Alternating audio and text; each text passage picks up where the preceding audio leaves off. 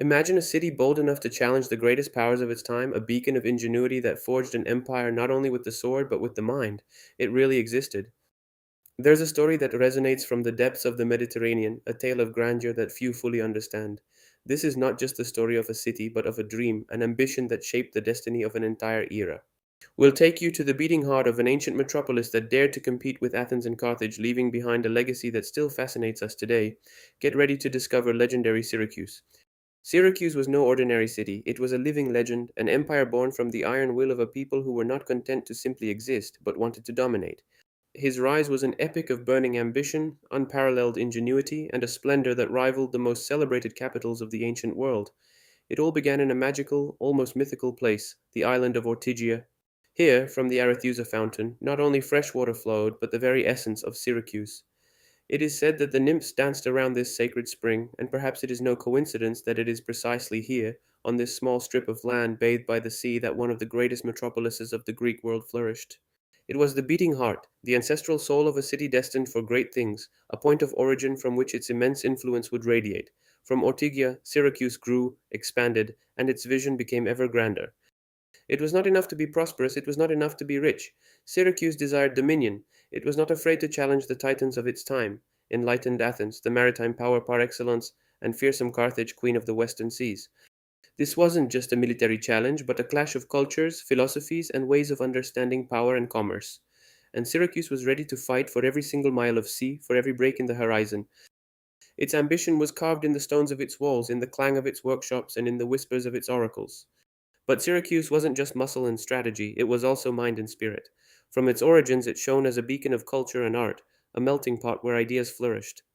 The Greek theatre, masterfully built into the hill overlooking the bay, was not just an imposing structure, it was the beating heart of the city's civic and spiritual life. Imagine thousands of spectators seated on those stone steps, their gaze fixed on the stage as the setting sun painted their robes gold. There, tragedies came to life, ancient myths were brought to life, and the eternal questions of human existence resonated in the air. Aeschylus, the father of Greek tragedy, graced those stages, and his words, charged with fate and pathos, were absorbed by an audience that not only understood, but lived every single line. This was the Syracuse that nourished the soul, that elevated the spirit, reaching unparalleled heights of poetic language and dramaturgy. The theater was more than a place of entertainment. It was a school of life, a collective ritual that cemented the identity of a people, teaching virtues, analyzing vices, and preparing citizens to face the challenges of life and war with wisdom and courage. Every stone of the theater told a story, every echo a lesson, and its cultural splendor only increased the pride of the Syracusans, a people aware of being at the center of something extraordinary. Culture, art, and philosophy were not mere accessories, they were an integral part of his strength, a subtle but powerful weapon in his confrontation with the world.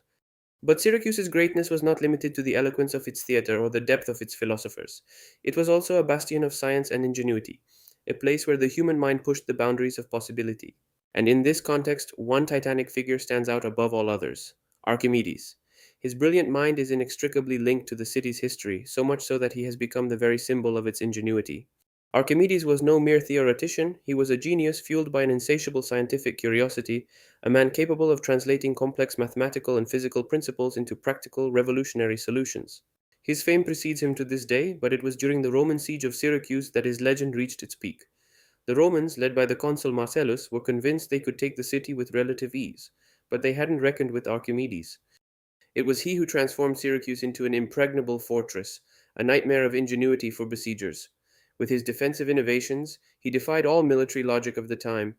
His war machines were marvels of mechanics, catapults that hurled enormous boulders with terrifying accuracy, giant cranes that extended over walls.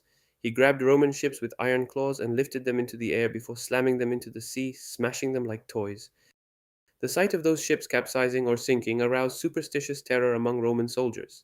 It is even said that he used burning mirrors, a series of polished bronze shields, to concentrate the sun's rays and set fire to the sails of enemy ships from afar. Imagine the shock of the Roman soldiers, seeing their ships catch fire for no apparent reason, believing they were under divine attack. Marcellus himself, while admiring the genius of Archimedes, found himself forced to transform the siege into a blockade, accepting the impossibility of a direct assault. For years, the Romans were held at bay by the sheer power of applied thought, by one man's extraordinary ability to use science as both shield and sword. Archimedes demonstrated that intellect could be the most formidable weapon, transforming Syracuse not only into a physical bulwark but a symbol of resistance dictated by human ingenuity. Syracuse's wealth manifested itself in every aspect of life, pulsating vibrantly in its streets and ports.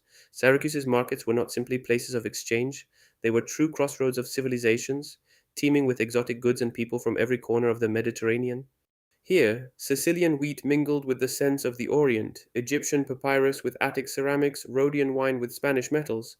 Every day was a feast for the senses, a riot of colors, sounds, and aromas that testified to the commercial prosperity of a city that had become a crucial hub in maritime trade. Syracuse's gold coins circulated far and wide, a tangible symbol of its economic power. But Syracuse also had a darker side, its latomy. These ancient stone quarries, laboriously excavated underground to extract building materials for the city itself, were later transformed into prisons.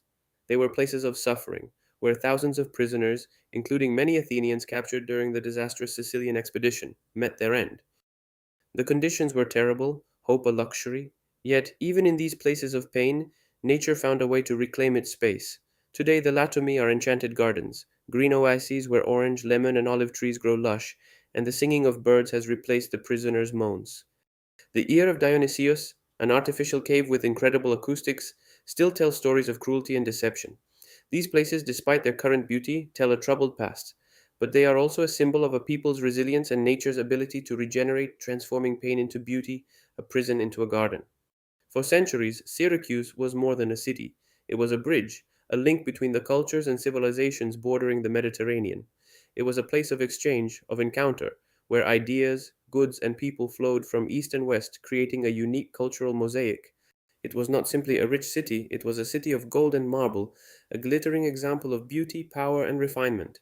Its streets shone, its temples and houses were works of art, and its influence extended far beyond the borders of Sicily. Even today, strolling among the majestic ruins or along the lively streets of Ortygia, one can sense the echoes of that glorious past.